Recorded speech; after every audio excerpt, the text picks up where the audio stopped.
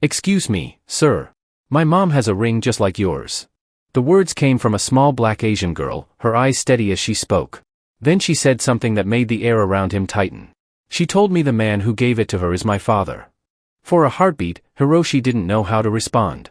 It wasn't the first time someone had noticed his ring, it was unique, after all.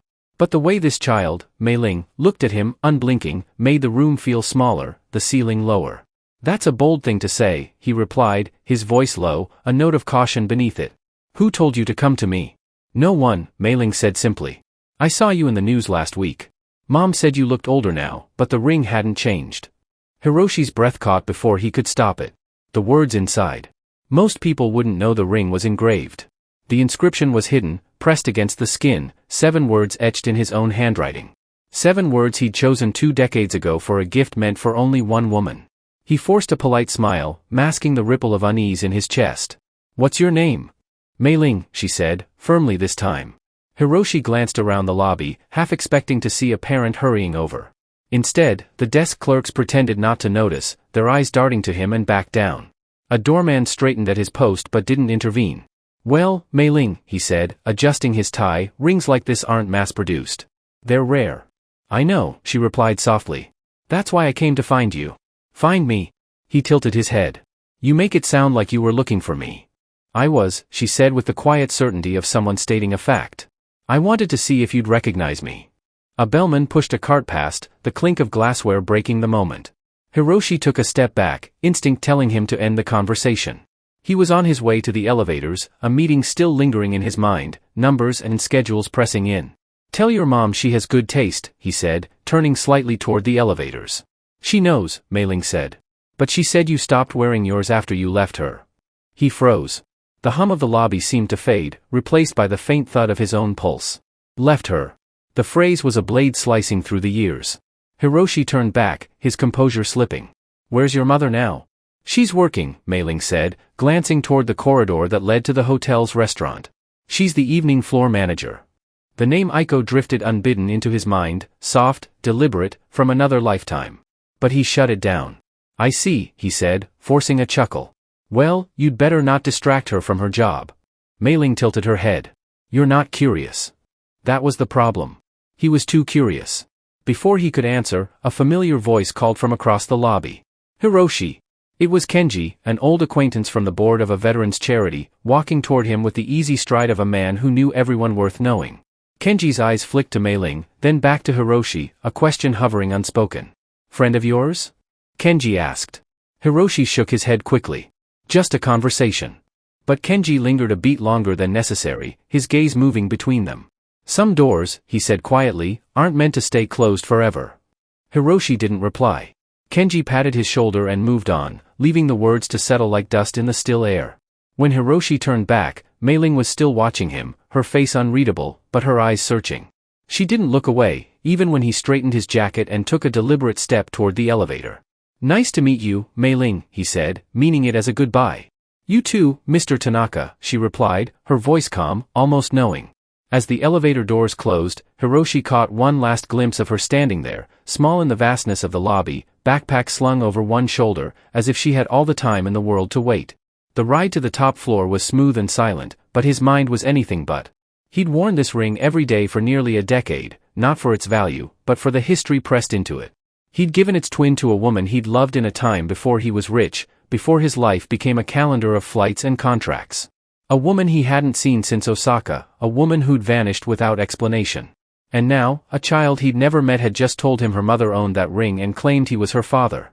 When the elevator chimed and the doors slid open, Hiroshi stepped out into the hushed corridor, but even as he walked toward his suite, the echo of Mei Ling's voice followed him, threading through the quiet like a refrain he couldn't shake. "Excuse me, sir. My mother has a ring just like yours." It was an absurd coincidence.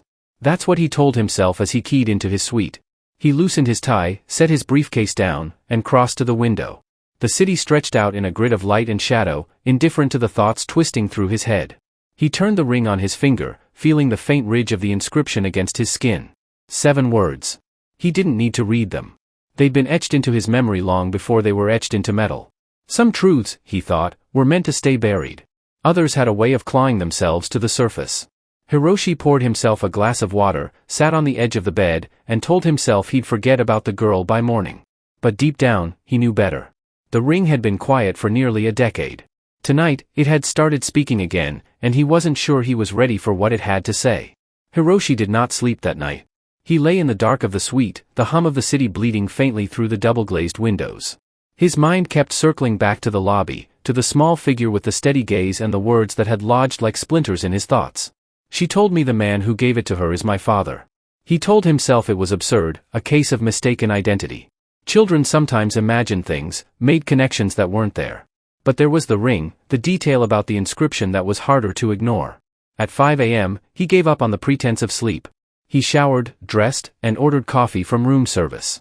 By the time the first streaks of light filtered between the skyscrapers, he was sitting at the window, mug in hand, staring at the ring as if it might confess something on its own. 7 words etched in his own handwriting: in the end, love is the truest wealth. The last thing he had said to Aiko before they parted, or rather, before she disappeared. A knock at the door startled him. He wasn't expecting anyone.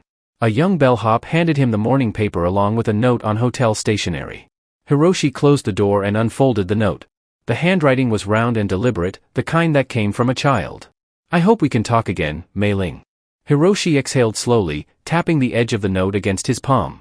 She'd found his room number. That wasn't simple curiosity, that was intent. Downstairs, the lobby was quieter than the night before.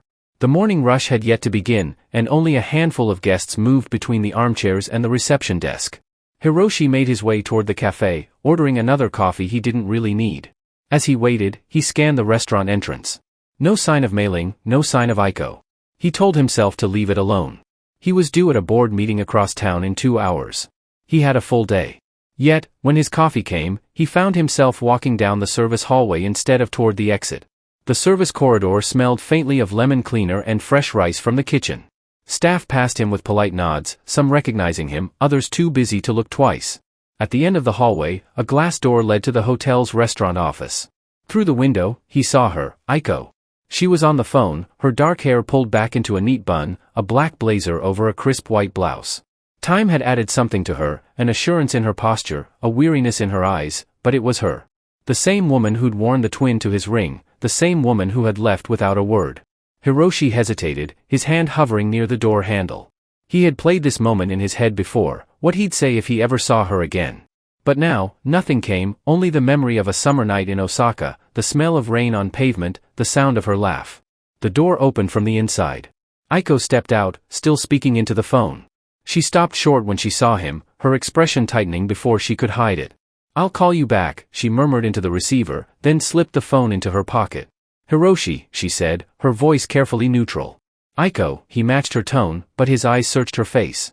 "It's been a long time." "Nearly a decade," she said. There was a pause thick enough to hold 1,000 questions. He broke it first. "Your daughter, Mei Ling, spoke to me yesterday." Her jaw tightened. "She shouldn't have done that. She said you have a ring like mine." He lifted his hand slightly, letting the light catch the band. "She mentioned the inscription." Aiko's eyes flicked to the ring, then away. "That's not something I care to discuss here." "Then where?" His voice sharpened despite himself. "Because I think I deserve an explanation." She straightened. "What you deserve, Hiroshi, is irrelevant. What matters is protecting my daughter. She thinks I'm her father. She's 10 years old. She thinks a lot of things." "Don't do that," he said quietly. "Don't pretend it's a coincidence." For a moment, her composure cracked, and something unguarded flickered in her eyes. Then it was gone, replaced by the same guarded distance she'd worn the night she left him behind. "You should go," she said. "I can't," he replied, more to himself than to her. "Not now." The door to the kitchen swung open, and 2 servers stepped through, carrying trays of dishes. Aiko stepped aside, her voice dropping. "I have to work. Please, just leave this alone." She walked away before he could answer, her heels clicking against the tile until she turned the corner and was gone. Hiroshi stood there a moment longer, the scent of fresh rice and miso mingling in the hallway, his thoughts heavier than they had been in years.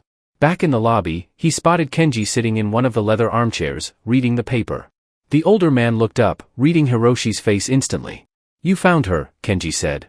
Hiroshi didn't ask how he knew. And nothing," Hiroshi said. "She wants me to walk away." Kenji folded the paper slowly. "Are you going to?" "I don't know." Kenji leaned forward. Hiroshi, some battles find you whether you want them or not. The question is whether you're willing to fight them. Hiroshi looked toward the restaurant entrance, but there was no sign of Aiko or Mei-ling. Only the steady hum of hotel life, the clink of silverware, the rustle of newspapers. He left the hotel an hour later, but the ring on his finger felt heavier than it ever had. As the car carried him through the city, he stared out at the streets, thinking not of the meeting ahead, but of a little black Asian girl who claimed he was her father and a woman who refused to confirm or deny it. In the reflection on the car window, he caught his own eyes, shadowed with questions. If Mei-ling was telling the truth, then Aiko had kept this from him for a decade. If she wasn't, why did the thought of walking away feel impossible? The city passed by in a blur of morning light and traffic, but Hiroshi's mind was already turning over possibilities, each more dangerous than the last. The ring had woken something in him, a need for answers, for truth, and deep down, he knew this was only the beginning. That night, Hiroshi returned to the hotel later than he'd planned. The board meeting had been a blur of charts, projections, and polite applause for strategies he barely heard. He had spent the entire day replaying his brief conversation with Aiko, every pause, every clipped word. She hadn't denied the possibility that Mei-ling was his daughter. She just refused to talk about it. And that, more than anything, kept him from letting the matter go. The lobby was quieter than the night before, the late evening crowd thinned to a few travelers and couples lingering over drinks. The scent of polished wood and fresh flowers hung in the air. Hiroshi crossed the marble floor, intending to go straight to his room, but his feet slowed near the corner of the lobby that led toward the elevators. Mei-ling was there. She was seated in one of the deep armchairs, her canvas backpack at her feet, flipping through a paperback book. She looked up when she sensed him, and a small smile curved her lips, not the shy smile of a child meeting an adult, but the faint, knowing smile of someone who expected this meeting to happen. "You got my note," she said. "I did," Hiroshi replied. "You've been waiting for me?" Mei-ling shrugged. "You didn't answer my question yesterday." He pulled out the chair opposite her and sat down. "Which question was that?" "Are you my father?" Her directness was disarming. He leaned back, crossing his arms. "That's not something I can answer without talking to your mother." "She won't talk about you," Mei-ling said matter-of-factly. "She just says you're complicated." Hiroshi couldn't help a dry laugh at that. "That's one word for it."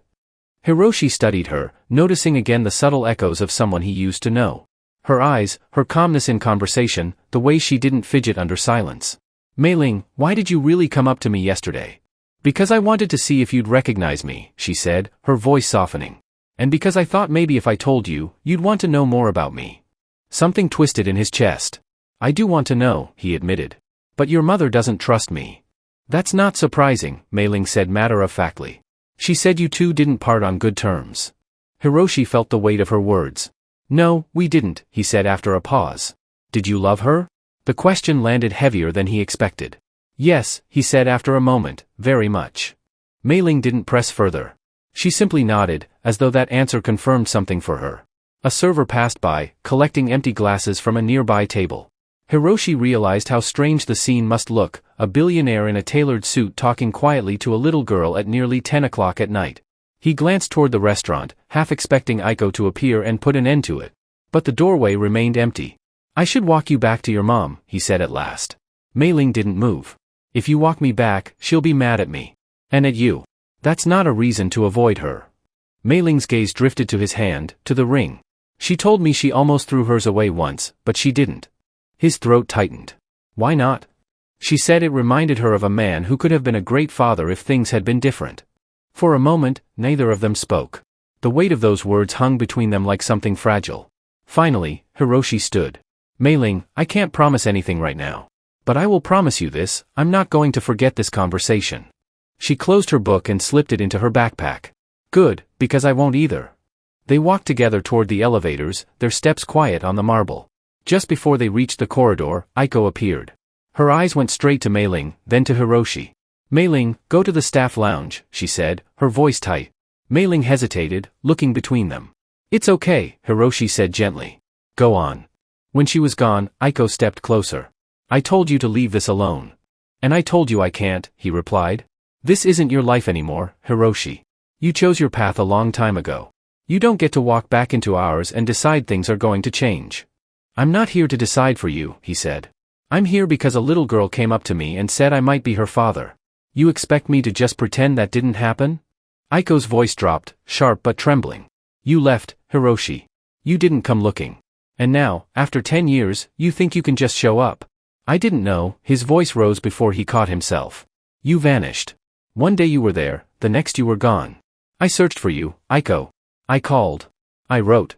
I even went to your old apartment in Osaka. No one knew where you'd gone." She looked away, her jaw tightening. Maybe there was a reason for that. "Then tell me the reason," he said. "Tell me now." But she shook her head. "Not here. Not like this." She turned to leave, but he caught her arm, not hard, just enough to make her stop. "You can't keep running from this. Not from me, and not from her." Aiko's eyes met his for a long, tense moment. Then she pulled free. "Good night, Hiroshi." He stood there long after she'd gone, the hum of the lobby seeming louder, the space around him suddenly too big. Somewhere in the staff corridors, Mei-ling was probably reading her book again, waiting for her mother's shift to end. As he rode the elevator up to his suite, Hiroshi knew this was no longer about curiosity. It was about truth. And if Aiko wouldn't give it to him willingly, he would find another way. The ring felt heavier still, as though it carried not just the past, but the weight of the days ahead. The next morning, Hiroshi woke with a plan forming in the back of his mind. It wasn't yet sharp, but it was there, nagging at him like the faint ache of an old wound. He couldn't force Aiko to talk, but there were other ways to find answers. For most of his life, he'd built fortunes and influence by knowing where to pull the right thread. This situation, personal as it was, would be no different. He skipped his usual morning routine, ignoring his trainer's reminder about the gym. Instead, he called a man named Wei Chen. Wei wasn't officially on anyone's payroll, but in Tokyo's private circles, he was known for finding what others wanted to keep buried. "Hiroshi Tanaka," Wei's voice came over the line, amused. "It's been years. I thought you only called me when someone owed you money or when a competitor got a little too noisy." "This is different," Hiroshi said. "It's personal, and it stays between us." Wei chuckled. "You always say that. What's the job?" "I need you to look into someone. Aiko Sato works at the Imperial Hotel as a floor manager in the restaurant. I want to know where she's been for the last 10 years. Everything. Addresses, jobs, anyone close to her." He hesitated before adding, "and her daughter, Mei-ling. She's 10. I want the truth about her." There was a pause on the other end. "You're asking me to dig into a kid?" "I'm asking you to confirm a connection," Hiroshi said, his tone leaving no room for debate. Discreetly. Wei let out a low whistle. "You got it. Give me 2 days." When he hung up, Hiroshi felt both relieved and uneasy. He wasn't proud of involving someone like Wei in this, but Aiko's refusal to talk had left him no choice. He needed facts, not speculation. Later that morning, Hiroshi found himself in the hotel lobby again, this time dressed casually in a dark sweater and slacks, hoping not to draw attention. He lingered near the cafe, scanning the restaurant entrance. Aiko wasn't there, but Mei-ling was helping carry menus to a table, her small frame weaving between chairs with practiced ease. She spotted him and grinned before hurrying over. "You're here early," she said. "I had some free time," Hiroshi replied. "Thought I'd see how you were doing." Mei-ling glanced over her shoulder toward the kitchen. "Mom's in a meeting. She'll be out soon." "Then maybe we have a few minutes to talk," he said. They sat at a small table by the window. The morning light spilled over the marble, and for a moment, Hiroshi noticed how the brightness made Mei-ling's eyes look even more like Aiko's. "Your mom told me last night that I should stay out of your lives," he said. Mei-ling frowned. "She says that a lot. Usually when she's scared." "Scared of what?" Mei-ling traced a finger along the condensation on her glass of water. "Of getting hurt again." The simplicity of her answer struck him. He leaned back, the ring on his finger catching the light, a quiet reminder of the past that had brought them to this moment. "Do you think I'd hurt her?" Hiroshi asked. "I don't know," Mei-ling admitted. "But I think she thinks you might. She never talks about you, except that you used to be important to her." Before Hiroshi could respond, a voice cut through the air. "Mei-ling." Aiko stood a few feet away, her expression unreadable. She looked from Mei-ling to Hiroshi, her lips pressing into a thin line. "I need you in the office," she told her daughter. Mei-ling gave Hiroshi a quick, almost apologetic glance before slipping away. When Aiko moved to follow her, Hiroshi stood. "Aiko, wait." She stopped but didn't turn fully toward him. "You're persistent. I'll give you that." "I'm not here to make trouble," he said. "But I can't ignore this. If Mei-ling's mine." "She's mine," Aiko cut in sharply. "Whatever else you think you're owed, remember that." "That's not fair," Hiroshi said, stepping closer. "If you'd told me back then." "It wouldn't have changed anything," she interrupted. "You were already halfway out the door, Hiroshi. I just closed it the rest of the way." Her words hit harder than he expected. "You don't get to rewrite the past," he said quietly. And you don't get to rewrite the present, she replied. Leave this alone. With that, she turned and disappeared into the kitchen, leaving him standing in the bright morning light, feeling oddly cold. That evening, Hiroshi met Kenji at a small jazz bar in Shibuya. The place was dimly lit, with the smell of old wood and sake in the air. Kenji listened silently as Hiroshi recounted the day's events, his glass of whiskey untouched. She's protecting something, Kenji said when Hiroshi finished. Could be you, could be Mei-ling, could be herself. You push too hard, she'll bolt. I can't just do nothing, Hiroshi said. I'm not saying do nothing, Kenji replied. I'm saying be careful. You've got the resources to find out what you need. But the way you use them will decide whether you have a future with that girl or lose her before you ever really meet her. Hiroshi thought about that on the way back to the hotel. The city lights blurred past the car windows, but his mind was sharp now, the plan taking shape. He'd let Wei do his work. In the meantime, he'd keep finding ways to see Mei-ling, to talk to her. The truth would come out eventually. When he stepped into the lobby, he spotted Mei-ling again, this time sitting cross-legged on the floor near the fireplace, sketching in a small notebook. She looked up as he approached. You're here a lot, she said with a grin. Maybe I like the company, he replied.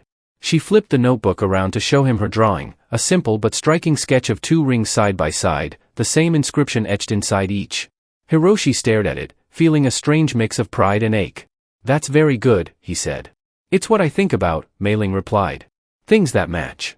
As he walked back to his suite later, he realized that the first thread had already been pulled. And no matter how tightly Aiko tried to hold the rest together, the truth was starting to unravel. 2 days later, Wei called. Hiroshi was in his suite, staring at the Tokyo skyline over a cooling cup of coffee when his phone buzzed. Got what you asked for, Wei said without preamble. And you're not going to like some of it. Tell me anyway, Hiroshi replied. Wei's tone shifted into business. Aiko Sato moved out of Osaka in late 2013. No forwarding address. She spent the next year in small towns, rural Honshu, cheap rentals, cash payments. In 2015, she settled here in Tokyo, working a string of service jobs before landing at the Imperial Hotel 3 years ago. No criminal record, nothing shady on paper. And Mei-ling? Hiroshi asked, his voice tighter. Born in August 2014. No father listed on the birth certificate. Aiko paid all the hospital bills herself, cash, no insurance. Kid's been in the same public school for the last 4 years. No sign of trouble. Hiroshi leaned forward in his chair. So you can't confirm? I can't confirm without a DNA test, Wei cut in. But here's the kicker. I found a photo from 2015. Aiko's holding Mei-ling, maybe a year old. The kid's wearing a silver band around her neck on a ribbon. Looked a lot like your ring. Hiroshi felt his chest tighten. Send it to me. A moment later, his phone chimed. The image was grainy, but there was no mistaking it. The band was identical, down to the way the light curved over the brushed metal. Where'd you get this? Hiroshi asked. Social media. Somebody tagged Aiko in an old post. It's the only one of its kind. Everything else about her life is locked down. Wei paused. She's been keeping you out for a reason, Hiroshi. Whatever happened back then, she's determined to keep it buried. Hiroshi ended the call, staring at the photo until his coffee went cold. The evidence wasn't proof, but it was enough to make denial impossible. If Aiko wouldn't talk, he'd have to find another way in, and that way was Mei-ling. That afternoon, he went down to the lobby, hoping to catch her before Aiko noticed. He found her near the fireplace again, sketchbook in hand. She smiled when she saw him. You're back. I told you I'd be around, he said, sitting beside her. What are you drawing today? She turned the book toward him. This time it was a street scene, buildings, a cafe, a small park. It's where Mom takes me on Sundays, she explained. We get mochi ice cream, even when it's cold. It's good to have traditions, Hiroshi said. Maybe you can show me sometime. Mei-ling hesitated. Mom wouldn't like that. I know, he admitted. But I'd like to get to know you better. She studied him for a long moment, as if weighing something. You ask a lot of questions, she finally said. I guess I do, Hiroshi replied. Maybe because I missed out on a lot of years. Mei-ling looked down at her sketchbook, her voice quieter now. Did you know about me before? He shook his head. Not until you came up to me in the lobby. Then why do you care now? The question hit harder than he expected. Because I think I should have been here all along, he said honestly.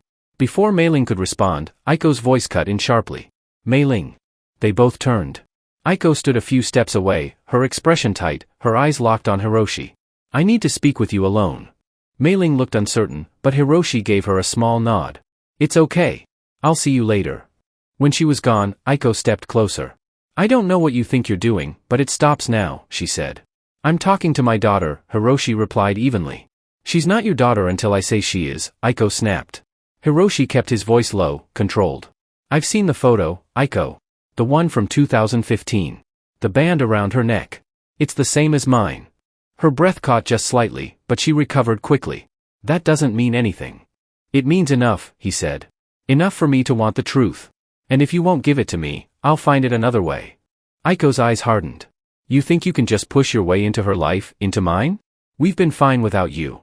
Maybe you have, Hiroshi said. But Mei-ling's old enough now to decide what fine means for herself. For a moment, neither of them moved. The hum of the lobby felt distant, like a backdrop to something more private and dangerous. Finally, Aiko stepped back. Stay away from her, Hiroshi. I mean it. She turned and walked away, her heels clicking sharply against the marble. Hiroshi stood there, the photo still in his pocket, the image burned into his mind. He knew now that he wasn't imagining it. There was a connection, one Aiko was desperate to hide. And he decided that nothing, not even her threats, was going to stop him from pulling the rest of the truth into the light. Sunday morning arrived crisp and cold, the kind of Tokyo winter day when the sunlight gleamed off glass towers, and the air stung just enough to keep the streets from feeling crowded.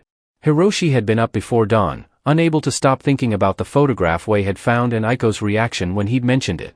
She hadn't denied the truth, she'd just fought to close the door before it could open all the way. By 8 a.m., he was sitting in the back of a dark sedan, following the quiet directions of a driver who owed him a favor. He'd learned enough from Mei-ling's drawing to know where she and Aiko might be that morning, a small neighborhood park in a quiet Tokyo district, the one with the corner cafe that served mochi ice cream even in the cold. They arrived early. Hiroshi waited in the car, collar up, watching the street. The cafe was a narrow-fronted place with steamed-up windows, a row of mismatched tables outside dusted with frost. Across from it, the park's bare trees cast long shadows over empty benches. At 8:45, they appeared. Aiko wore a navy coat belted at the waist, her hair tucked into a knit cap. Mei-ling skipped beside her, scarf trailing, a sketchbook hugged to her chest. They passed directly in front of the car without noticing him, heading for the cafe. Hiroshi gave it a minute before he stepped out. The bell above the cafe door chimed as he entered, bringing a draft of cold air with him. The space smelled of coffee, matcha, and mochi. Mei-ling spotted him first, her eyes widened, and she looked quickly at her mother. Aiko's shoulders stiffened, but she didn't say anything. Not yet. I didn't know this was your place, Hiroshi said casually, moving toward the counter. It's not, Aiko replied flatly. Mei-ling glanced between them. We come here every Sunday, she offered, perhaps trying to ease the tension. Hiroshi smiled at her. I can see why. Smells like the best kind of trouble in here. Aiko ordered for the two of them and started toward a corner table. Hiroshi ordered a black coffee and, on impulse, a small matcha mochi ice cream. He joined their table before Aiko could stop him, sliding into the seat opposite Mei-ling. You're persistent, Aiko said, her voice low. I'm patient, Hiroshi corrected. There's a difference. Mei-ling licked her mochi ice cream happily, oblivious to, or perhaps willfully ignoring, the undercurrent between them. I brought my sketchbook, she told him. Want to see? He nodded, and she flipped it open. The pages were filled with clean lines and careful shading, street corners, faces, animals. One page stopped him cold. It was a portrait, not perfect, but unmistakable. Him.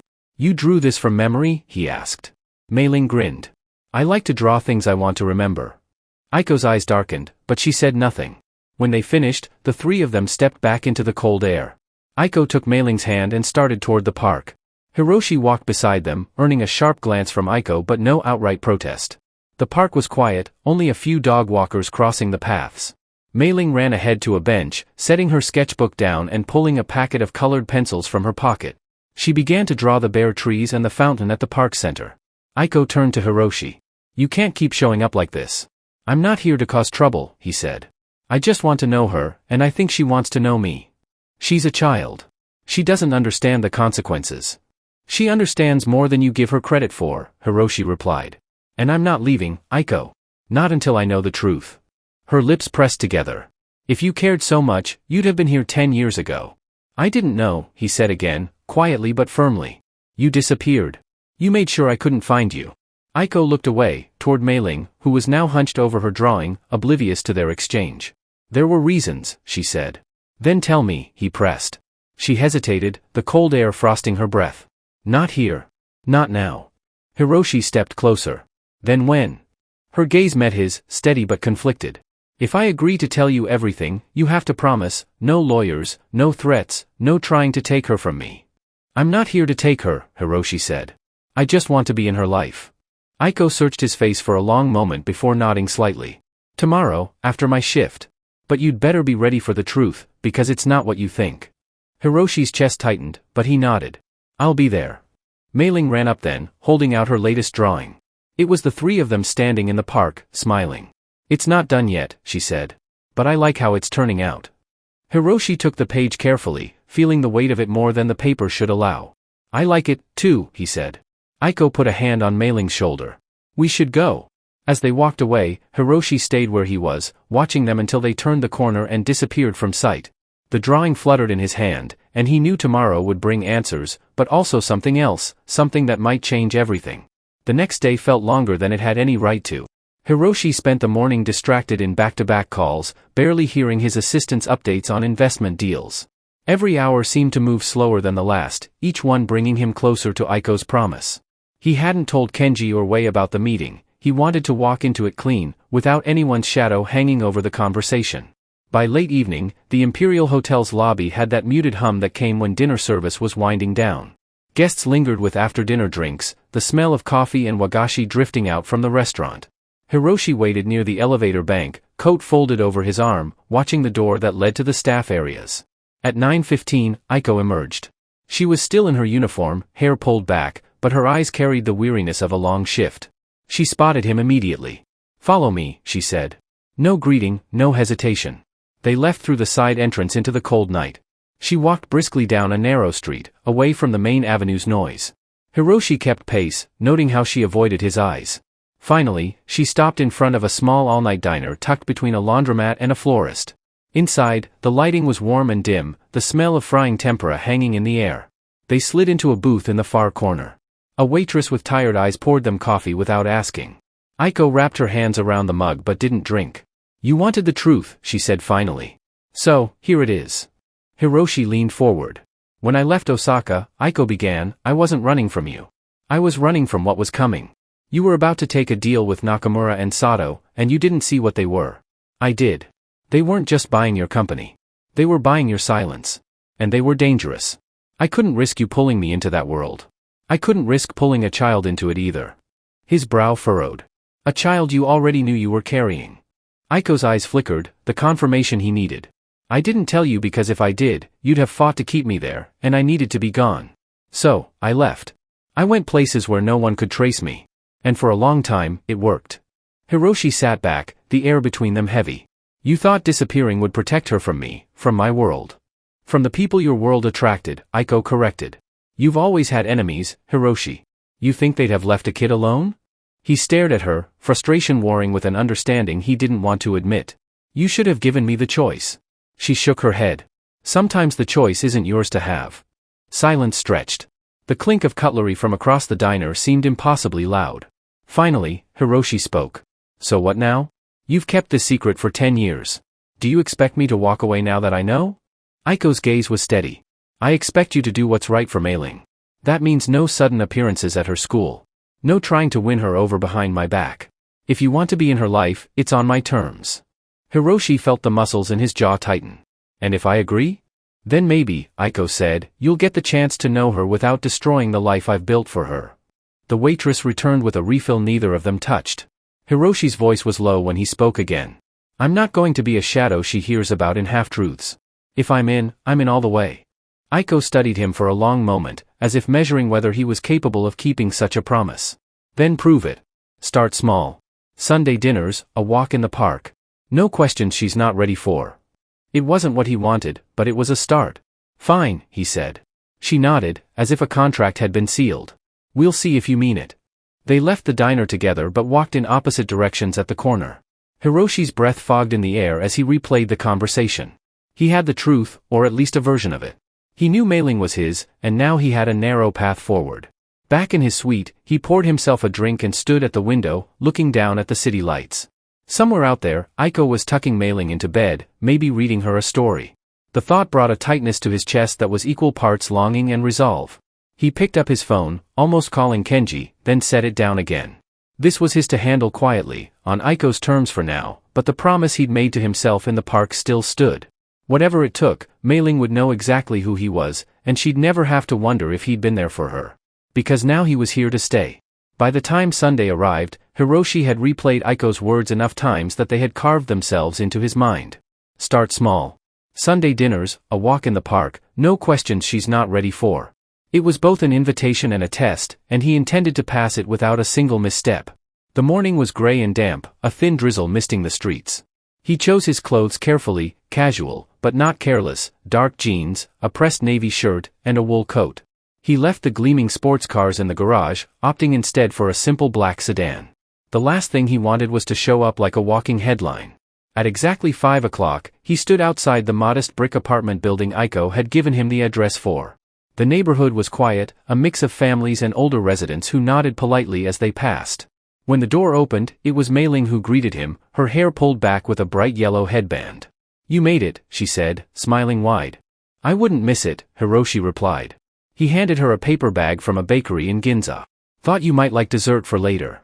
Mei-ling peeked inside and gasped. Macarons? Mom says these are too fancy for every day. Aiko appeared in the doorway then, apron tied around her waist. Come in, she said, her tone neutral but not cold. The apartment was warm, carrying the scent of roasted chicken and shiso herbs.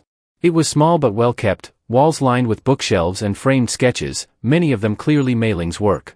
Hiroshi noticed the care in every detail, a knitted throw over the couch, fresh flowers in a jar on the windowsill.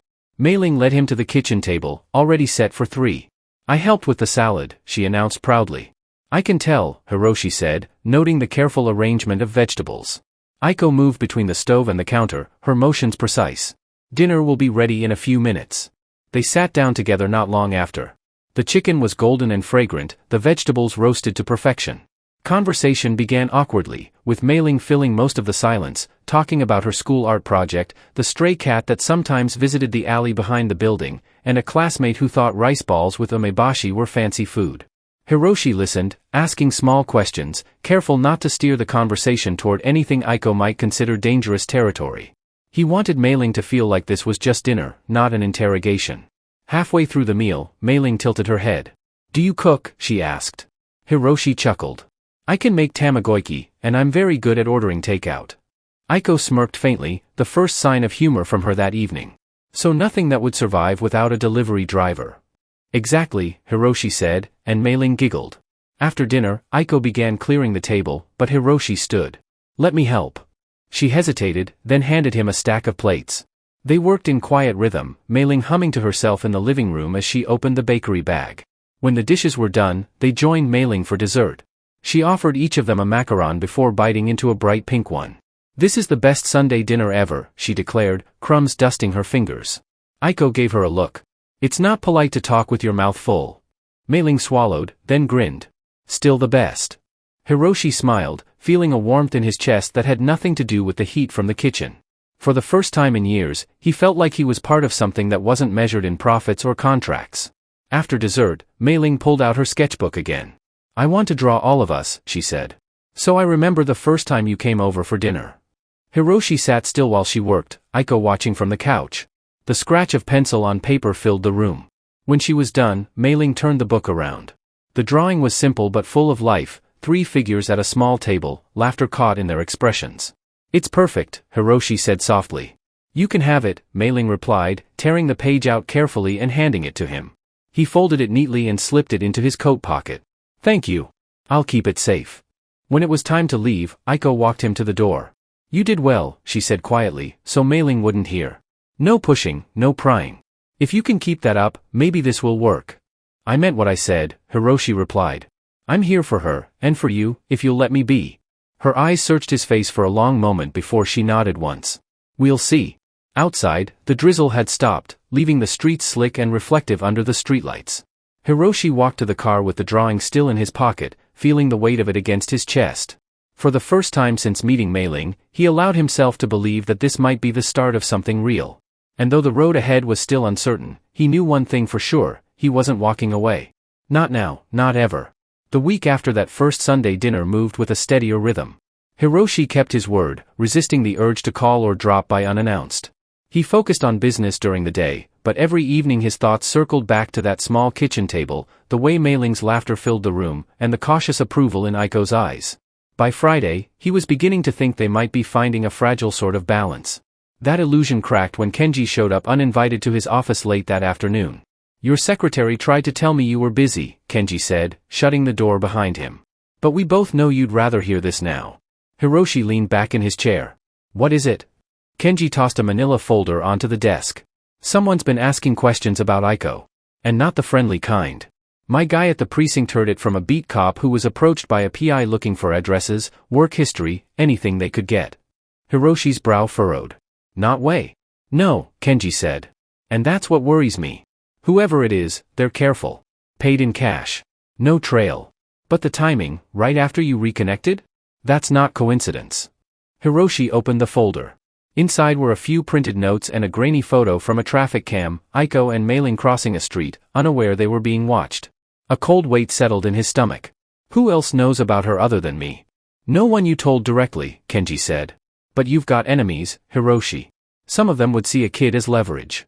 Hiroshi shut the folder, jaw tightening. "Find out who it is." "I already started," Kenji replied. "But I need you to understand, if this is about Nakamura and Sato, they don't forgive. They wait years if they have to." The name brought back the conversation at the diner, Aiko's warning about the danger he hadn't wanted to see back then. "You think they're coming after her to get to me?" "I think it's possible," Kenji said. "And if it is, you need to be ready." That night, Hiroshi drove to Aiko's neighborhood, parking a block away so she wouldn't think he was hovering. He sat in the car, watching the building's front door until the lights in their apartment flicked off one by one. Only then did he leave, the manila folder still on the passenger seat. Sunday came with clearer skies and a chill in the air. Hiroshi arrived for dinner with a bento box from a Roppongi eatery Aiko liked, a quiet peace offering for what he knew he'd have to bring up. Mei Ling opened the door, beaming as always, and led him inside. Dinner started pleasantly enough, Mei Ling talking about a school assembly, Aiko mentioning a new hire at the hotel. But Hiroshi's mind was elsewhere, his gaze drifting to the window now and then, half expecting to see someone watching from the street. After they cleared the table, Mei Ling retreated to her room to work on a painting. Aiko leaned against the counter, arms crossed. "Something's on your mind." Hiroshi hesitated, then decided she deserved the truth. "Kenji found out someone's been looking into you. A private investigator. They've been asking about your past, your address, even taking pictures." Aiko's eyes widened, then narrowed. "Do you know who?" "Not yet, but Kenji thinks it might be connected to Nakamura and Sato." She let out a bitter laugh, though there was no humor in it. "I told you they were dangerous. You didn't believe me then. Maybe you do now." Hiroshi stepped closer.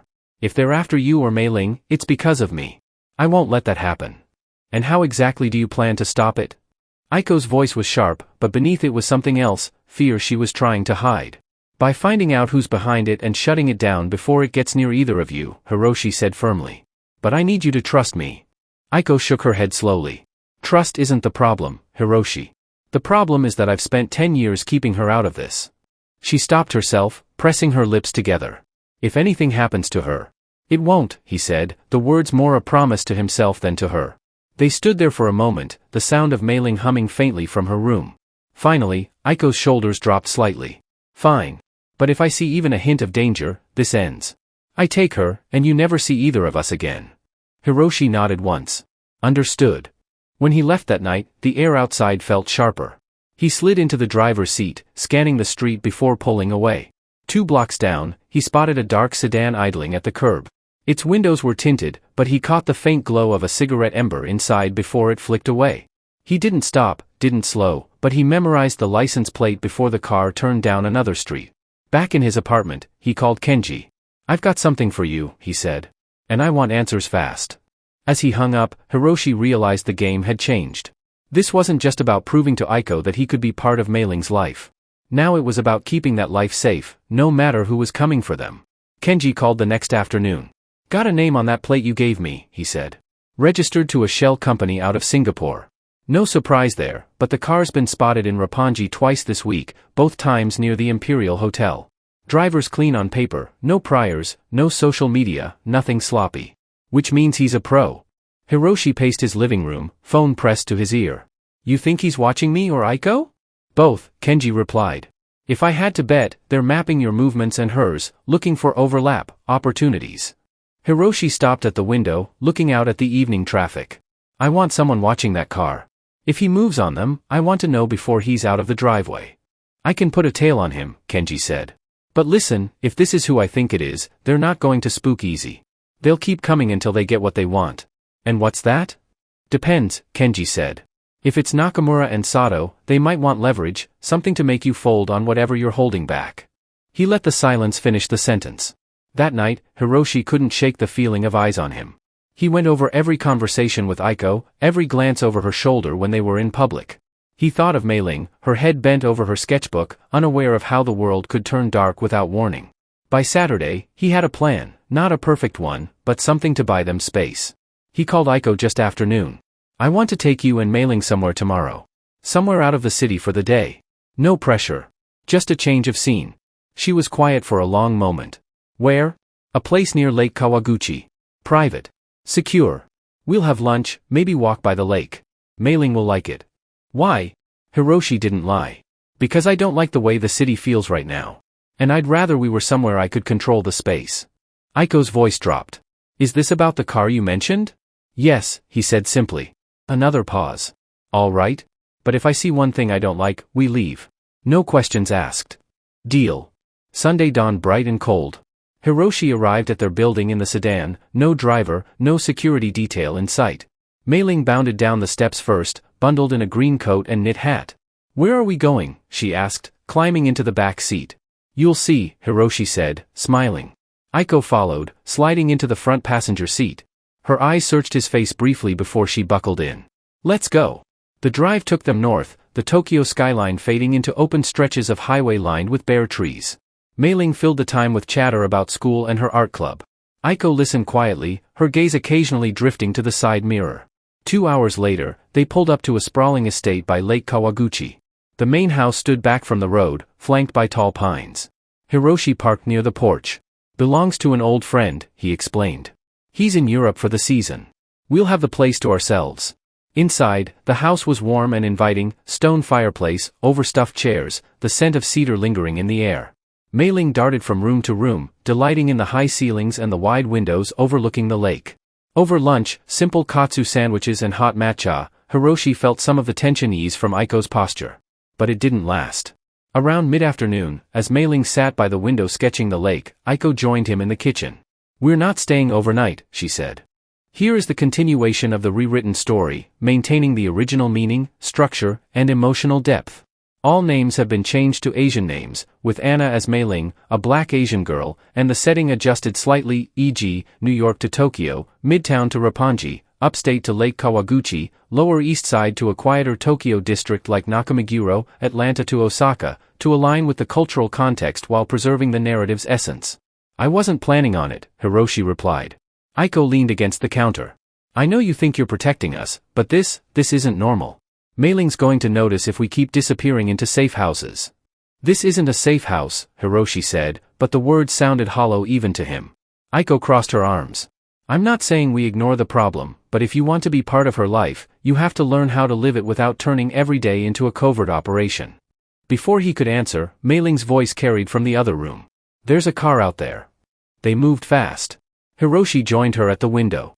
Down the long drive, parked just beyond the gate, was a dark sedan. His pulse kicked up. Stay here, he told them. He grabbed his coat and stepped outside, the cold biting at his face. The car didn't move. He walked halfway down the drive before it finally started, reversing smoothly back onto the road and disappearing around a bend. No plates visible this time.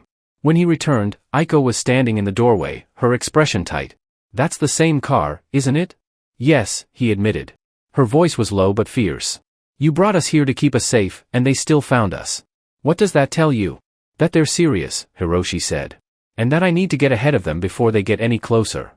On the drive back to the city, Mei-ling dozed in the back seat, oblivious to the undercurrent between them. Aiko kept her gaze fixed out the window.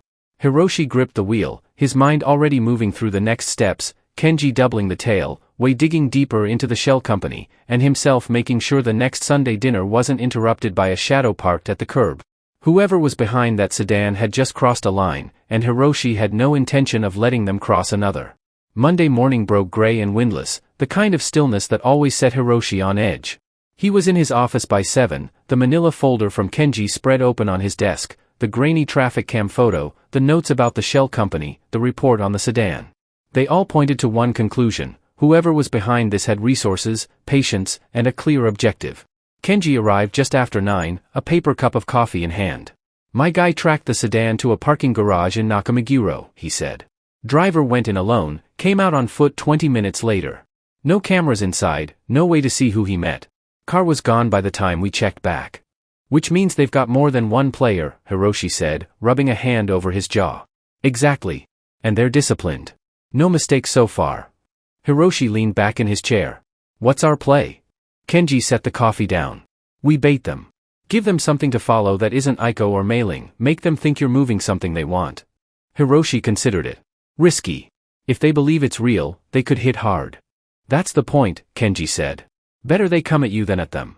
Before Hiroshi could answer, his phone buzzed with a text from Aiko: "We need to talk tonight." He met her that evening at the same corner cafe where they'd first spoken after the park. She was already there, coat buttoned tight, a half-empty cup of matcha in front of her. "Mailing's been asking questions," she said without preamble.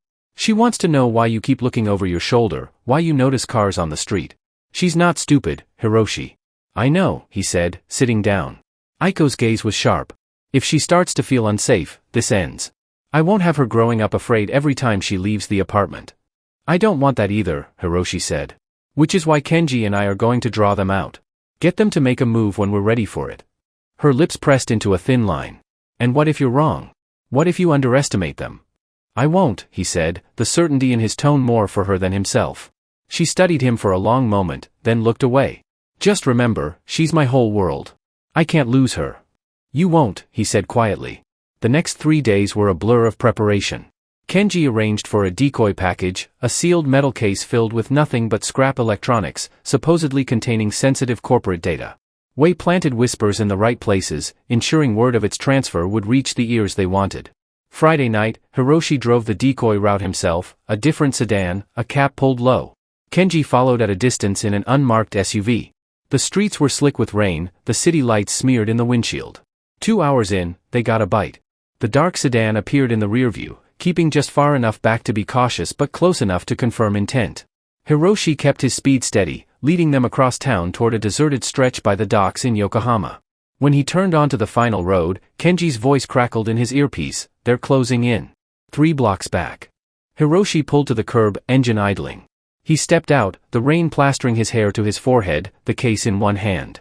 The sedan slowed as it passed, then stopped 20 feet ahead. 2 men got out, dark jackets, ball caps, no visible weapons, but the kind of posture that said they didn't need to show them. "You lost?" Hiroshi called over the rain. The taller one smiled faintly. "We could ask you the same thing. This road's a dead end." Hiroshi shrugged. "Nothing down here but warehouses and bad decisions." "Then maybe you're making one," the man replied. They took a step closer, eyes on the case. Hiroshi didn't move. Behind them, the growl of Kenji's SUV cut through the rain. The men glanced back, saw the headlights closing in, and made their choice. Without a word, they turned, got back in their car, and sped off into the night. Kenji pulled up beside Hiroshi. "They took the bait, but they're not reckless. They'll regroup, try again." "Good," Hiroshi said, sliding into the passenger seat. "Next time, we'll be ready." The following Sunday dinner at Aiko's was quieter than usual. Mailing chatted about a school art show, unaware of how close things had come to boiling over.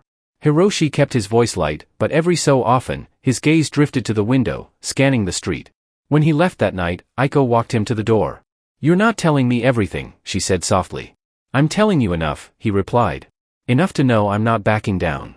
Her eyes held his for a long moment before she stepped back. "Then you'd better win, Hiroshi. Because if you lose, we all lose." As he walked to his car, the night air cold in his lungs, Hiroshi knew she was right. This wasn't just about them anymore. The people behind that sedan had crossed into his life, into his family's life, and that meant the line had been drawn. If they wanted to test it, he'd be ready. 2 days after the dock encounter, Kenji walked into Hiroshi's office without knocking, a look on his face that told Hiroshi this wasn't a social visit. He tossed a USB drive onto the desk. Pulled traffic camera data from the last 2 weeks, matched it against sightings of the sedan. "You're going to want to see this." Hiroshi plugged it in, scanning the files. At first, it was just a series of time-stamped images, intersections, parking lots, side streets. Then his hand froze on the mouse. One still showed the sedan parked outside Mei-Ling's school. Another, taken the following day, showed it idling half a block from the Imperial Hotel's staff entrance. "They're tightening the circle," Kenji said grimly. "Whoever's behind this isn't just fishing anymore. They're making a move." Hiroshi's jaw clenched. "We need to identify them now. No more games." Kenji slid into the chair across from him. "I've got a lead. Remember how I said the shell company was clean? Turns out it's a subsidiary of a holding group out of Singapore that's been quietly buying up small security firms. One of those firms used to have contracts with Nakamura and Sato." Hiroshi exhaled slowly, feeling the pieces click into place. "So it's them, or someone using their network." "Looks that way," Kenji said. "But they're not acting through lawyers or corporate channels. This is off-book, which means they want something they can't get through court." That night, Hiroshi sat in his apartment, staring at the Tokyo city lights, turning the situation over in his mind. Aiko was already suspicious, and if she saw the school photo, she'd take Mei-Ling and vanish before he could stop her. But keeping it from her felt like a betrayal. He decided to tell her. The next evening, he went to her apartment unannounced. Aiko opened the door with a frown. "This isn't Sunday." "I know," he said. "Can we talk?" She stepped aside reluctantly. Mei-Ling was at the table, working on a watercolor, her tongue poking out in concentration. Hiroshi smiled at her before following Aiko into the kitchen. "I didn't want to bring this up in front of her," he began. "But you need to know, they were outside her school." Aiko's eyes widened, color draining from her face. "When?" "Last week." Kenji pulled the camera footage. "Same sedan we've been tracking." She gripped the counter, knuckles white. "You told me you could keep this from touching her." "And I still believe I can," Hiroshi said. "But I need you to trust me and let me move first." Aiko shook her head. "If they're that close, we can't stay here. I can't risk it." "Running won't stop them," he said. "They'll just follow. We have to end this." She looked at him for a long moment, then glanced toward the living room where Mei-Ling was still painting. "If I agree to stay, it's only because I don't want her life uprooted again. But the moment I think you're losing control of this, we're gone." "Understood," Hiroshi said. The next day, Kenji called with another update. "We found the driver. Name's Kenzo Mori, former private security contractor. No family, no fixed address. He's been working freelance surveillance for the last year." "Where is he now?" Hiroshi asked. "Small motel in Kichijoji. Room paid in cash. Checked in under a fake ID." Hiroshi thought for a moment. "We need to talk to him. Tonight." By midnight, they were parked across from the motel, rain tapping against the windshield. Kenji scanned the lot with binoculars. "Room 6, lights on." Hiroshi got out, pulling his coat tight against the cold. They crossed the lot quietly, Kenji in front. At the door, Kenji knocked once, twice. When there was no answer, he tried the handle. Unlocked. Inside, the room smelled faintly of cigarettes and damp carpet. Kenzo Mori was sitting at the small table, a half-empty bottle of sake in front of him. He didn't look surprised to see them. "You've been making my week interesting," Hiroshi said. Mori smirked. "I'm just doing a job." "For who?"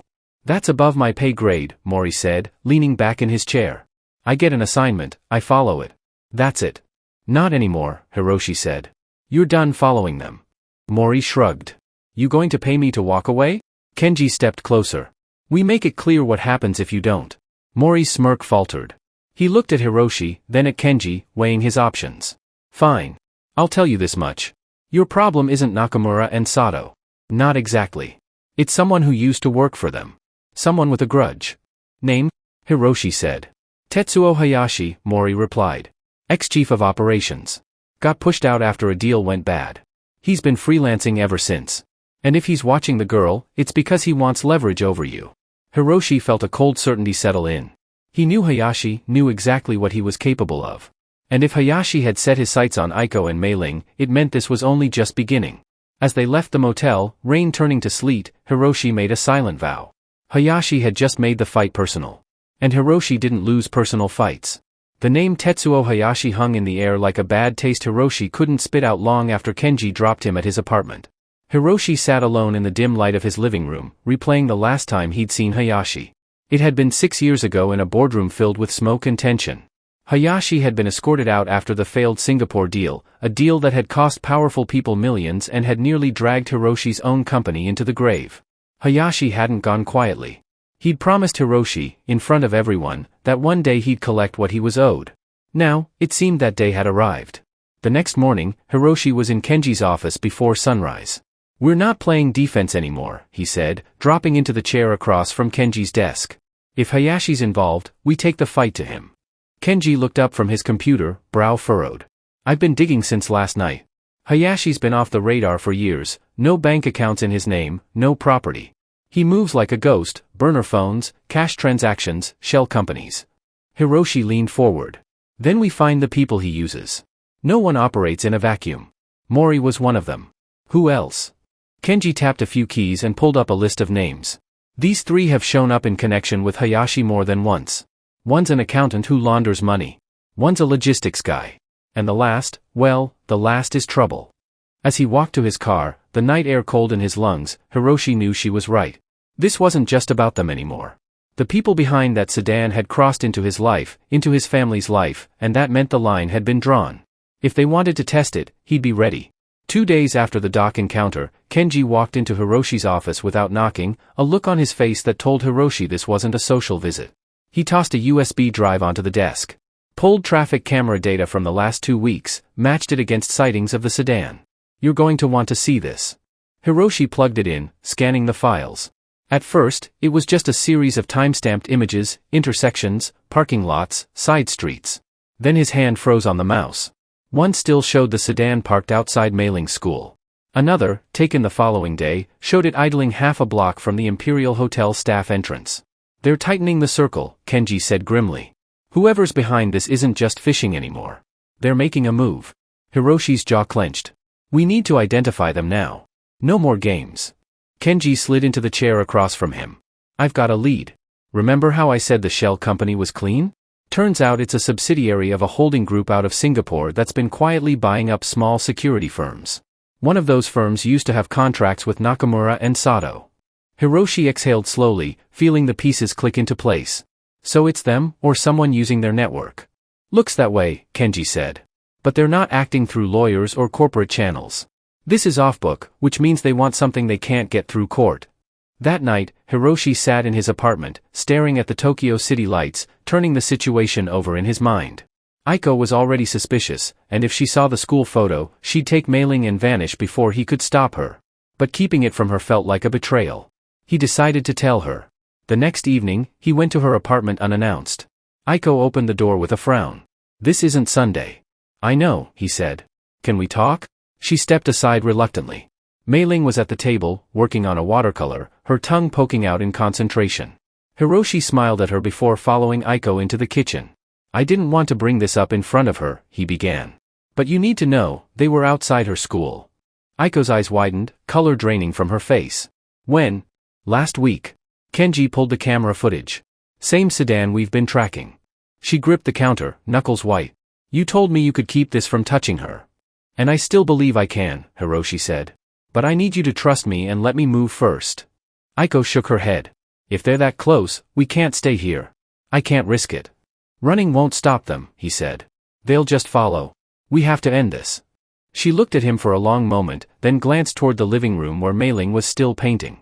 "If I agree to stay, it's only because I don't want her life uprooted again. But the moment I think you're losing control of this, we're gone." "Understood," Hiroshi said. The next day, Kenji called with another update. "We found the driver. Name's Kenzo Mori, former private security contractor. No family, no fixed address. He's been working freelance surveillance for the last year." "Where is he now?" Hiroshi asked. "Small motel in Kichijoji. Room paid in cash. Checked in under a fake ID." Hiroshi thought for a moment. "We need to talk to him. Tonight." By midnight, they were parked across from the motel, rain tapping against the windshield. Kenji scanned the lot with binoculars. "Room 6, lights on." Hiroshi got out, pulling his coat tight against the cold. They crossed the lot quietly, Kenji in front. At the door, Kenji knocked once, twice. When there was no answer, he tried the handle. Unlocked. Inside, the room smelled faintly of cigarettes and damp carpet. Kenzo Mori was sitting at the small table, a half-empty bottle of sake in front of him. He didn't look surprised to see them. "You've been making my week interesting," Hiroshi said. Mori smirked. "I'm just doing a job." "For who?" "That's above my pay grade," Mori said, leaning back in his chair. I get an assignment, I follow it.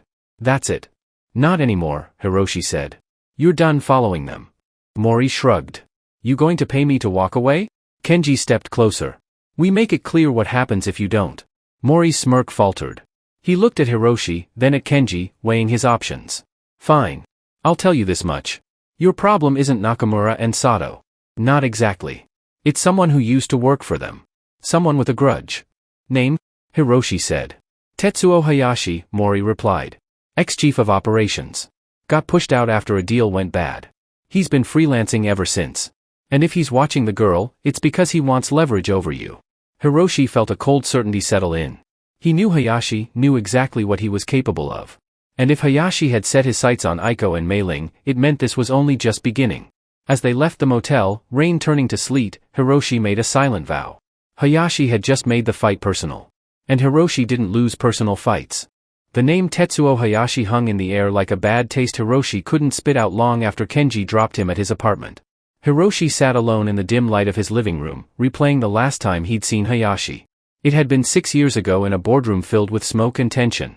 Hayashi had been escorted out after the failed Singapore deal, a deal that had cost powerful people millions and had nearly dragged Hiroshi's own company into the grave. Hayashi hadn't gone quietly. He'd promised Hiroshi, in front of everyone, that one day he'd collect what he was owed. Now, it seemed that day had arrived. The next morning, Hiroshi was in Kenji's office before sunrise. We're not playing defense anymore, he said, dropping into the chair across from Kenji's desk. If Hayashi's involved, we take the fight to him. Kenji looked up from his computer, brow furrowed. I've been digging since last night. Hayashi's been off the radar for years, no bank accounts in his name, no property. He moves like a ghost, burner phones, cash transactions, shell companies. Hiroshi leaned forward. Then we find the people he uses. No one operates in a vacuum. Mori was one of them. Who else? Kenji tapped a few keys and pulled up a list of names. These 3 have shown up in connection with Hayashi more than once. One's an accountant who launders money. One's a logistics guy. And the last, well, the last is trouble. Hiroshi scanned the profile. Akira Sato, former military, dishonorable discharge. Sato's the muscle, Kenji said. And if he's in the city, it means Hayashi's planning to escalate. Hiroshi sat back. So where's Sato now? Yokohama, Kenji replied. Dockside warehouse. I can have eyes on him by noon. By midday, they were parked in an unmarked van 2 blocks from the warehouse. Through binoculars, Hiroshi watched a tall, broad-shouldered man with a shaved head oversee a group of men unloading crates from a truck. That's him, Kenji confirmed. And those crates aren't filled with office supplies. Hiroshi's mind was already moving ahead. We need to know what's in them. Kenji shook his head. Too risky to move now. But if we can get one of those crates later, maybe we find the leverage we need to put Hayashi in a corner. That night, Hiroshi couldn't sleep. He walked the length of his apartment, stopping now and then to stare out at the city. He thought of Aiko and Mei Ling, how close the danger had come already, and of Hayashi's face in that boardroom years ago, the way his eyes had burned with cold calculation. By morning, he had made a decision. He drove to Aiko's apartment, catching her just as she was heading out with Mei Ling for school. I need a word, he said quietly. Aiko glanced at Mei Ling, then ushered Hiroshi inside. What is it? I found out who's behind this, he told her. His name is Tetsuo Hayashi. We have history. Bad history. And he's using people to get close to you and Mei Ling. Her expression hardened. Why didn't you tell me sooner? Because I wasn't sure until last night. But now I am. And I'm not going to let him get any closer. Aiko crossed her arms. You keep saying that, but every week he does get closer. This ends soon, Hiroshi said. I promise you that. Before she could reply, Mei Ling appeared in the doorway with her backpack. Are we still having dinner on Sunday? She asked. Hiroshi forced a smile. Of course. I wouldn't miss it. As they left, Kenji called. Sato's on the move, heading north in a white van. You want to follow? Hiroshi didn't hesitate. I'm on my way. For the next 2 hours, they shadowed the van through the city, keeping 2 cars between them. Eventually, it stopped at a storage facility on the outskirts of Kichijoji. Sato and another man unloaded a single crate and wheeled it inside. When they emerged again, they were empty-handed. The van pulled away, leaving the building unattended, except for a single night guard. Kenji glanced at Hiroshi. You thinking what I'm thinking? Yeah, Hiroshi said. We're going in. Under the cover of darkness, they approached the side entrance. Kenji picked the lock in under a minute. Inside, the air smelled of dust and oil. Rows of storage units stretched ahead. They found the crate in a unit near the back, still sealed. Kenji pried it open with a crowbar. Inside were black duffel bags stuffed with rifles, ammunition, and tactical gear. Hiroshi stared at the weapons. This isn't just surveillance. Hayashi's gearing up for something. Kenji nodded grimly. And if he's stockpiling this much firepower, you can bet Mei-ling and Aiko are part of the plan, whether as bait, leverage, or worse. Hiroshi felt the familiar burn of anger settle into something colder, sharper. He closed the crate, his voice low. We take this to the police. It goes through channels. Too slow. We need to make Hayashi move before he's ready. Kenji's gaze was steady. That means drawing him out. On your terms? Hiroshi met his eyes. Exactly. It's time to stop waiting for the next move. I'm going to bring Hayashi to me, and when he comes, I'm ending this. They slipped out into the night, the storage facility fading behind them. Hiroshi's mind was already building the trap step by step. Hayashi wanted to play a long game, but Hiroshi was about to flip the board. The morning after the storage facility break-in, Hiroshi was in his study before the sun came up, sketching the bones of a plan on a legal pad. Hayashi was careful, but he had one weakness, ego. He liked to control the board, to know his opponent was reacting to him. If Hiroshi could make Hayashi believe he'd finally cornered his prey, he could lure him into a meeting on terms Hiroshi chose. Kenji arrived around 8, coffee in one hand, a skeptical look in his eyes. You've got that look, he said, setting the cup down. The one that means I'm going to be up for the next 72 hours straight. Hiroshi slid the pad across the desk. We make Hayashi think I'm moving a package worth more than anything else he's chasing. Word gets to him fast. He makes a grab. We spring the net. Kenji studied the diagram. You want to use the warehouse district? Lot of cover, plenty of choke points, but he'll come heavy, more than just Mori and Sato. I'm counting on it, Hiroshi said. If he commits his crew, it means he's stepping into the open. That's when we take him. Kenji leaned back. And you're the bait. I'm the one he wants, Hiroshi said simply. This doesn't work unless he believes he's got me trapped. By mid-afternoon, Wei had seeded rumors in all the right channels, a private deal, a shipment of sensitive tech moving through the docks under minimal protection. They made sure the whispers included just enough truth to be believable. That evening, Hiroshi met Aiko at a quiet restaurant far from her neighborhood. She looked wary, her fingers wrapped tightly around her water glass. Why are we here? I need you to take Mei-ling out of the city for a few days, he said. Someplace safe, where she won't be in the line of fire. Her eyes narrowed. What are you planning? I'm going to end this, Hiroshi said. But I can't do that if I'm worried about you too. Aiko shook her head. You think you can just make Hayashi disappear? I think I can make him choose a fight he can't win, Hiroshi replied. And if I don't, he's not going to stop until he gets what he wants. She was quiet for a long time, then nodded reluctantly. Fine. But you call me the second it's over. Deal, he said. 2 days later, the trap was set. Kenji had secured a derelict warehouse on the Yokohama docks, with high vantage points and multiple exit routes for their team. 2 former colleagues Hiroshi trusted were positioned with cameras and long-range mics, ready to record every word and movement for evidence. As the sun dipped below the horizon, Hiroshi walked the floor one last time. The package, a reinforced case filled with nothing but weighted scrap, sat in the center of the room under a single hanging light. He positioned himself nearby, deliberately exposed, while Kenji took up a concealed position overlooking the entrance. At 8:47 p.m., headlights cut through the dark. The sedan pulled up first, followed by a black SUV. 4 men got out, Mori, Sato, and 2 others Hiroshi didn't recognize. Mori's eyes swept the room as they approached, his hand never far from his jacket. Well, Mori said, his voice carrying in the cavernous space. Look who decided to stop hiding. I'm here for the same reason you are, Hiroshi replied evenly. Business. Sato chuckled low, but it didn't reach his eyes. Where's the case? Hiroshi gestured to the light. Right where you can see it. One of the unknown men moved toward it, but Mori raised a hand. Not yet. Hayashi wants to make sure we're all clear. The sound of slow, deliberate footsteps echoed from the shadows. Tetsuo Hayashi emerged, older than Hiroshi remembered, but still with that same precise, predatory gaze. Hiroshi, he said, almost warmly. It's been too long. Not long enough, Hiroshi replied. Hayashi smiled faintly. You've been busy. Interfering, taking things that don't belong to you. You've been following a little girl to school, Hiroshi said coldly. You crossed the line. Hayashi tilted his head. Collateral. Nothing personal. You know how leverage works. Hiroshi's voice was steady. You came here because you think I'm holding something you want. But you're wrong. You're here because I wanted you here. For the first time, Hayashi's smile faltered. Is that so? From above, Kenji's voice rang out. That's so. Spotlights blazed to life, flooding the room. The hidden cameras whirred, capturing the moment as Kenji and two more men stepped from cover, weapons trained on Hayashi's crew. Sato's hand went for his gun, but Kenji's partner barked, "Don't." Hayashi glanced around, assessing. His men were outflanked, and the case was clearly worthless. "You think you've won," he said to Hiroshi. "I think you're done," Hiroshi replied. "You walk out now, you might keep your freedom for a little while. Or you try something stupid, and you lose everything tonight." For a long moment, the only sound was the hum of the lights. Then Hayashi nodded once to Mori. Slowly, they lowered their weapons. "This isn't over," Hayashi said quietly as they backed toward the door. "It is for you," Hiroshi said.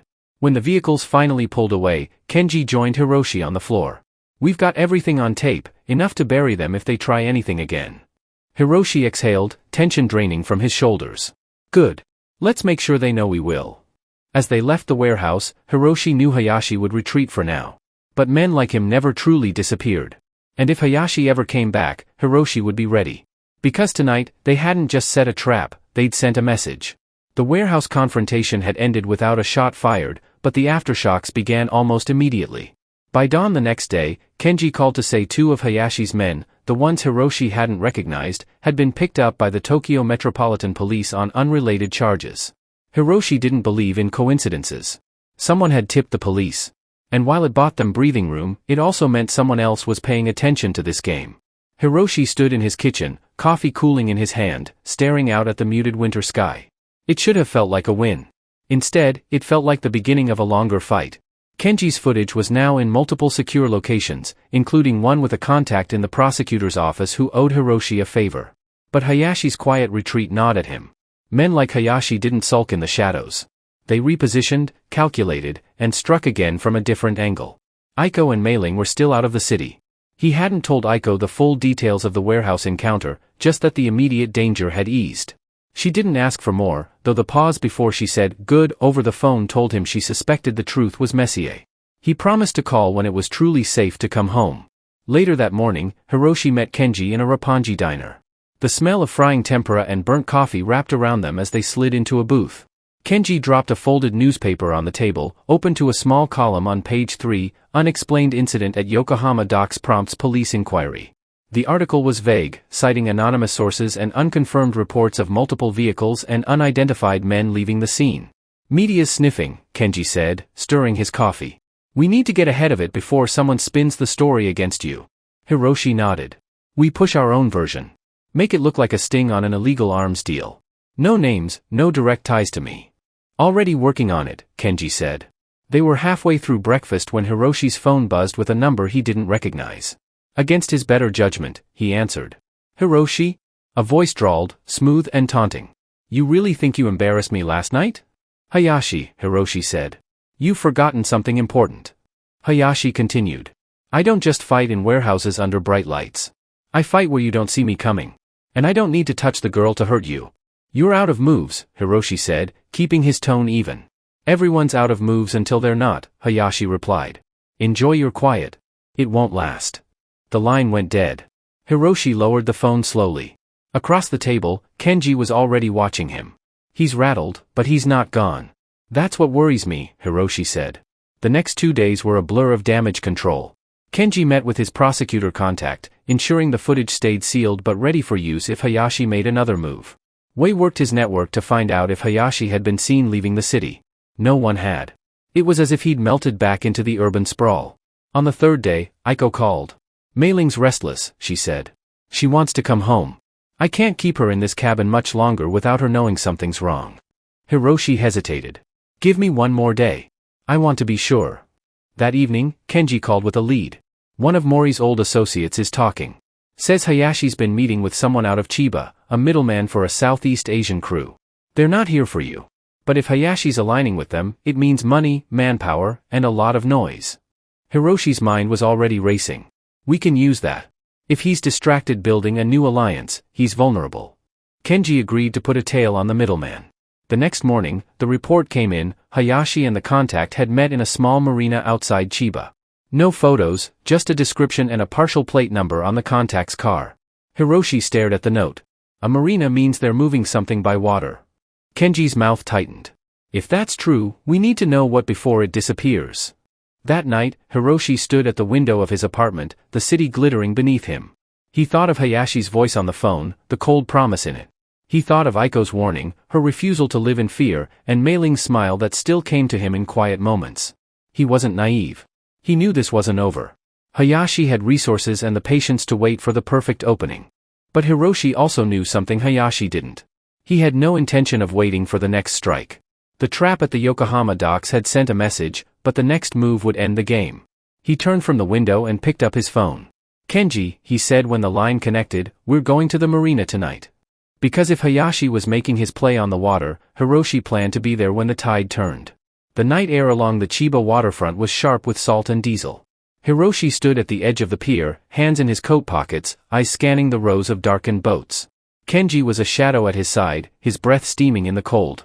A few gulls cried somewhere overhead, but otherwise, the marina was quiet, too quiet for what they suspected was happening here.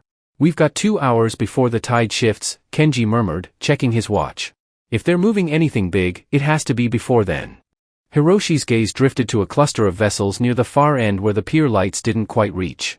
"That's where I'd do it. Less foot traffic, fewer cameras." Kenji nodded, and they began moving down the wooden planks, boots thudding softly. They passed sailboats rocking gently in their slips, the masts clinking in the wind. As they neared the darker section, they heard voices, low, urgent, speaking in a mix of Japanese and English.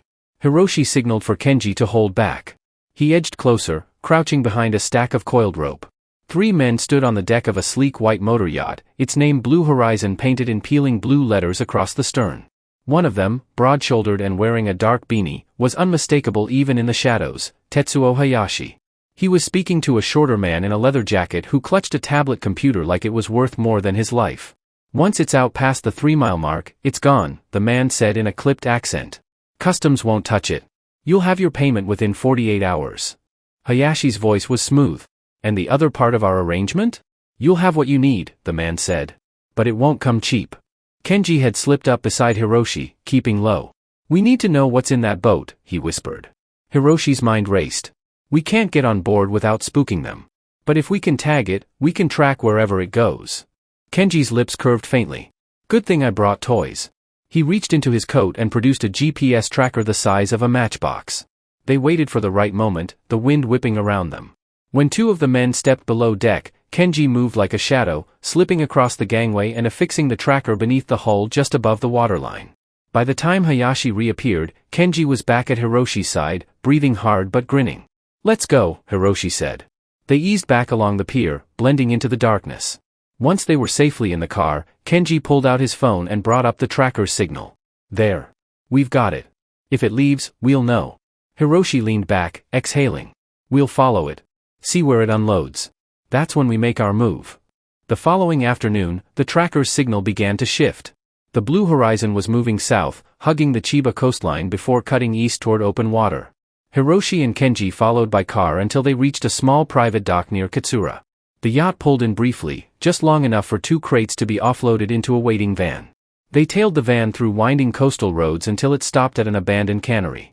Hiroshi and Kenji parked a block away and approached on foot, keeping to the shadows. Through a gap in the rusted metal siding, they saw men prying open the crates. Inside were not drugs, as Hiroshi had half expected, but military-grade communications equipment, satellite uplinks, encrypted radios, and hard drives sealed in shockproof cases. Kenji swore under his breath. "This isn't about money. This is infrastructure. Whoever Hayashi's working with is setting up for something big."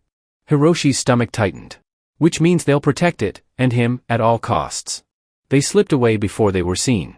Returning to the car, Kenji drove in silence for a few minutes before saying, "We can take this straight to the feds. They'll eat it up." Hiroshi shook his head.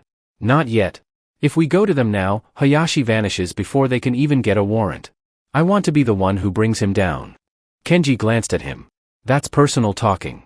"It's always been personal," Hiroshi said. Back in the city, Hiroshi spent the evening poring over maps and manifests, trying to predict Hayashi's next move. The communications gear meant coordination, and coordination meant a larger operation. He had no idea what Hayashi's endgame was, but he knew it involved more than settling a score. Near midnight, Kenji called. The yacht's back in Chiba, empty. Whatever they were moving is now in that cannery. If you want to hit it, tomorrow's our best shot. Hiroshi didn't hesitate. Then we hit it tomorrow. He ended the call and stood at the window, watching the city pulse with life beneath him. Somewhere out there, Hayashi was tightening his net, but so was Hiroshi. And when the two nets finally closed, only one of them would walk away. The wind coming off the water was sharper than the night before, cutting through Hiroshi's coat as he crouched behind a low seawall, eyes fixed on the skeletal outline of the old cannery. The place looked dead, its corrugated metal siding rusted and peeling, broken windows gaping like missing teeth. But the faint glow spilling from a high window told a different story. Inside, Hayashi's men were awake and moving. Kenji knelt beside him, a compact pair of binoculars pressed to his face. 2 on the roof, 3 at the main entrance, probably more inside. No cameras, but they're watching the approaches. Hiroshi nodded. We can't just walk in. We'll split, draw their attention at the front, then slip in through the loading bay. Classic misdirection, Kenji said with a grim smile. I like it. They'd brought along 2 of Kenji's trusted contacts, both ex-military men who could move like smoke when they needed to. One would create a diversion at the main entrance while the other looped around to cover the rear exit. When the signal came, a loud crash as a trash bin tipped over near the main gate, the rooftop guards shifted their attention toward the noise.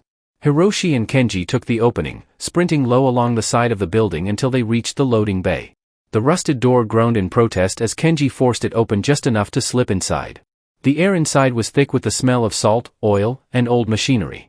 Shadows loomed in every corner, broken only by the harsh overhead lights above a makeshift work area in the center. The communications equipment from the yacht sat in neat stacks, crates open and partially unpacked.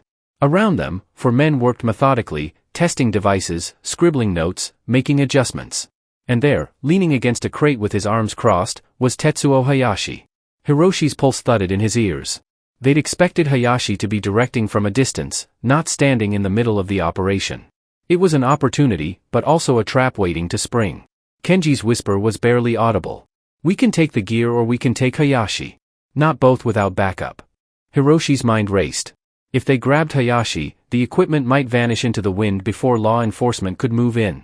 But if they focused on the gear, Hayashi would slip away to fight another day. He made his choice. We take him. They moved as one, Hiroshi flanking left while Kenji came from the right. The first man to spot them barely had time to shout before Kenji's elbow dropped him. Hiroshi closed the gap to Hayashi, grabbing his arm in a vice grip. Hayashi's eyes widened for a fraction of a second before the mask of control slid back into place. Hiroshi, he said evenly. I was wondering when you'd stop dancing around and join the party. You're done, Hiroshi growled. 2 of Hayashi's men surged forward, but Kenji intercepted one while Hiroshi shoved the other back into a stack of crates. The sound of splintering wood and clattering metal filled the air, echoing through the cavernous space. Outside, the diversion team's second blast, a flashbang tossed near the gate, sent the rooftop guard scrambling. Hiroshi used the chaos, wrenching Hayashi's arm behind his back and shoving him toward the loading bay. But Hayashi wasn't without his own tricks. With a sudden twist, he broke Hiroshi's grip and slammed an elbow into his ribs. Hiroshi staggered, gasping for breath as Hayashi bolted toward a side exit. Kenji! Hiroshi shouted, pointing. Kenji caught sight of him and broke away from his opponent, giving chase. Hiroshi followed, the 2 of them tearing through narrow corridors lined with rusted pipes and peeling paint. Hayashi was fast, but desperation made Hiroshi faster. They burst out into the night at the far end of the cannery, the salt wind stinging their faces. Hayashi sprinted toward a black SUV idling by the dock, its engine rumbling. Hiroshi launched himself forward, tackling him just before he reached the vehicle. The 2 men went down hard, rolling across the damp concrete. Hayashi fought with the vicious precision of someone who'd been in more than a few street fights, a knee to Hiroshi's side, a fist grazing his jaw, but Hiroshi's grip didn't loosen. This ends now, Hiroshi snarled, slamming Hayashi's shoulder into the ground. Kenji was suddenly there, gun drawn, covering the SUV's driver, who wisely raised his hands and stepped back. Breathing hard, Hiroshi hauled Hayashi to his feet. You're not walking away this time. Hayashi's eyes burned with fury, but he said nothing. Minutes later, Kenji's team had the cannery secured, the remaining men zip-tied, and the equipment photographed. Kenji called in his prosecutor contact, who promised to bring the right people without letting the wrong ones know until it was too late. As they loaded Hayashi into the back of an unmarked van, he finally spoke. You think this changes anything, Hiroshi? There's always someone bigger, someone meaner. When they come for you, I'll be laughing.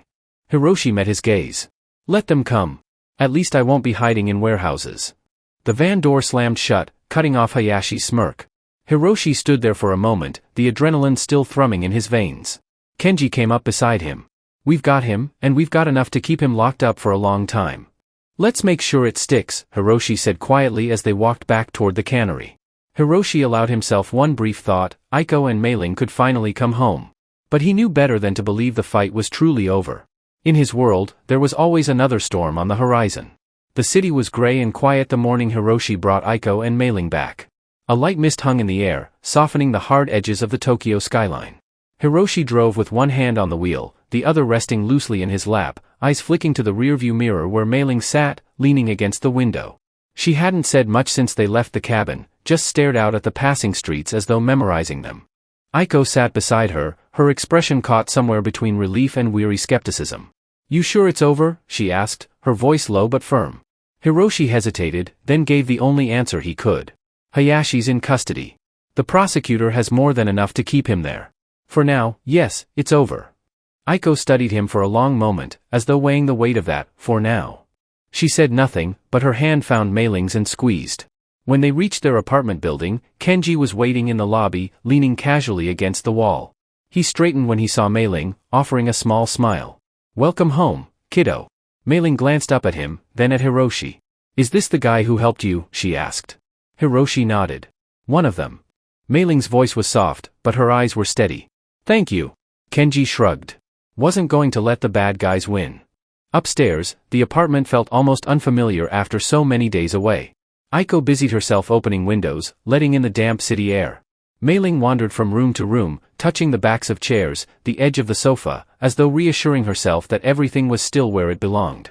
Hiroshi stood in the kitchen, watching them. Kenji joined him, leaning against the counter. The feds are all over the cannery now. They've catalogued the gear, traced it to a Southeast Asian network we've had our eye on for a while. You really threw a wrench in their plans. Hiroshi's eyes stayed on Mei-ling and Hayashi? Locked up.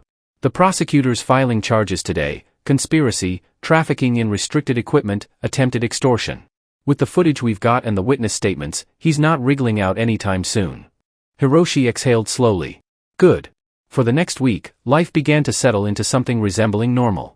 Hiroshi walked Mei-ling to school again, her chatter about art projects and stray cats filling the quiet morning air.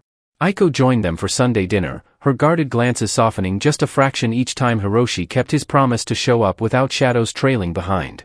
But Hayashi's final words lingered in Hiroshi's mind: there's always someone bigger, someone meaner.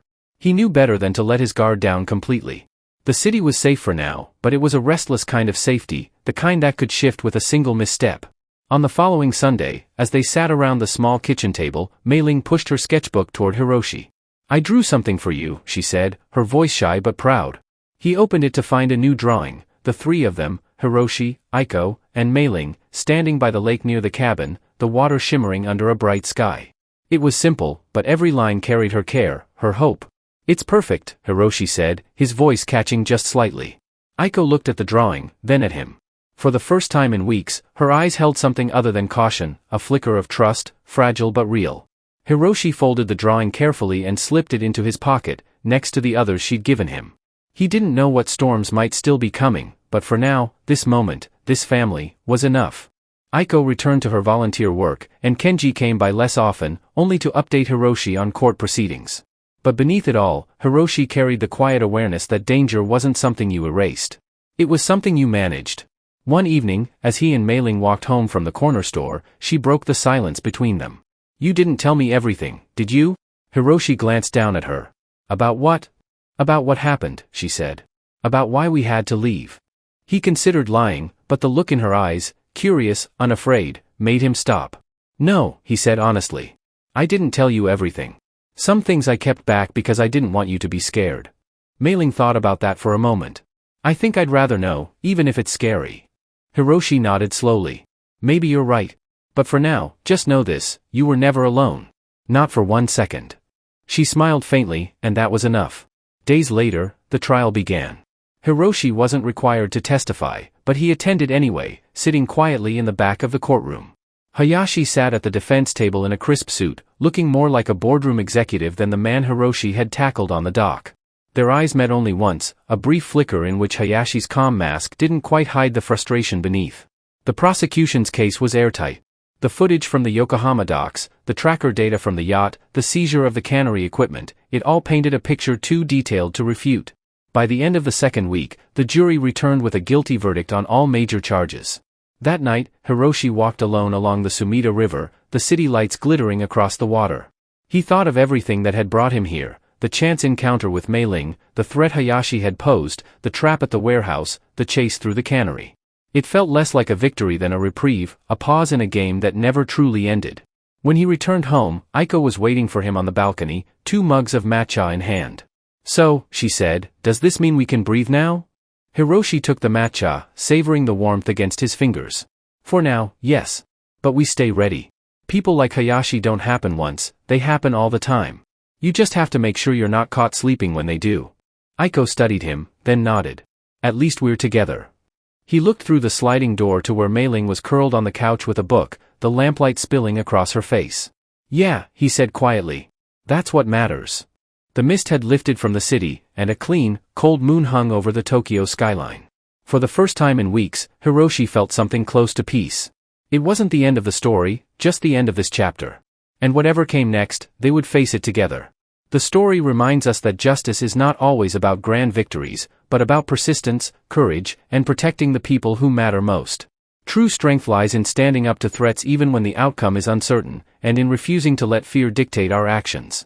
In the end, it is loyalty, unity, and the quiet resolve to do what's right that turn the tide.